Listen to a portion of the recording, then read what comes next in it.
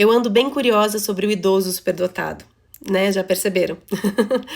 E com isso, eu vim trazer para vocês algumas coisas que eu já observei de pesquisas que existem sobre essa população dentro dessa autossabilidade e superdotação. A primeira é que essa população ela se mantém com alto potencial, com alto desempenho ao longo de toda a vida. Então hoje a gente já tem pesquisas nacionais e até algumas internacionais que mostram pra gente que esse raciocínio, esse desempenho, ele se mantém alto em testes de QI, principalmente com relação à velocidade de processamento e também na questão de raciocínio perceptual, né?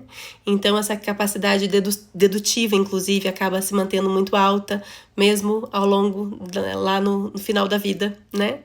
E além disso, uma outra coisa que eu acho que é um ponto de alerta para a gente ficar de olho é a questão do quanto, às vezes, as manifestações clínicas de quadros demenciais acabam sendo tardios para essas pessoas. Porque a capacidade de reserva cognitiva, que é como esse cérebro foi trabalhado ao longo da vida, né, como ele foi estimulado e como ele, às vezes, usa, né, da sua inteligência, da sua habilidade, da sua excitabilidade para fazer compensações, para usar outras sinapses ali, para compensar algumas questões pela alta conectividade que existe também, né?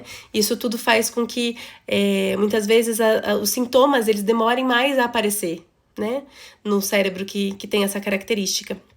Então, é algo para a gente ficar de olho, porque principalmente a gente precisa sempre entender que a gente vai ter que comparar essa pessoa não com a população em geral quando a gente fizer uma avaliação. E isso é o que dificulta, porque muitas vezes esses idosos viveram num mundo onde não se falava de neurodivergência. Eles raramente foram identificados enquanto crianças dentro desses quadros. Então, quando eles chegam às vezes para ser avaliados por um neuropsicólogo, eles estão fazendo isso pela primeira vez, eles nunca chegaram perto de um neuropsicólogo antes. E com isso eles não têm um comparativo de como era o desempenho cognitivo anterior, né, para a gente pensar como que estava esse cérebro enquanto saudável e como que está hoje, que ele tem alguma questão, de repente uma queixa, né, de memória.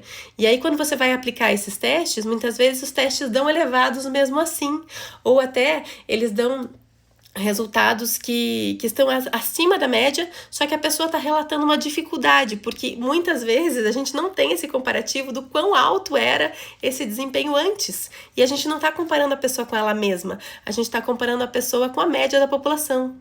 Então isso é uma questão muito forte aí, né? Quando a gente observar, então, queixas de memória, queixas de funções executivas nesses indivíduos que parecem ser superdotados, nos nossos idosos superdotados, que a gente fique bem alerta, bem atento, bem cuidadoso, para a gente poder fazer uma boa percepção disso, para a gente ouvir de verdade essas queixas que eles estão trazendo sem invalidar depois de passar por uma avaliação e parecer que está tudo bem, né? Porque acho que tudo que puder ser feito para melhorar a saúde, né? Quais são as recomendações da OMS para prevenir, para ajudar esse cérebro, né? Essa questão toda de estimulação cognitiva, de muitas vezes a gente até ir trabalhando com uma questão de apoio de reabilitação neuropsicológica junto, mesmo que não tenham grandes queixas, ou até a questão de a gente poder trazer uma rotina boa de gerenciamento de tempo, de exercícios físicos, de alimentação saudável, tudo isso que a gente possa fazer por esses idosos,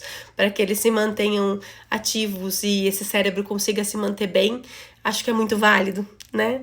Para que a gente previna situações que podem não estar sendo vistas por conta desse cérebrozinho estar compensando um monte de coisa, certo? E é isso aí.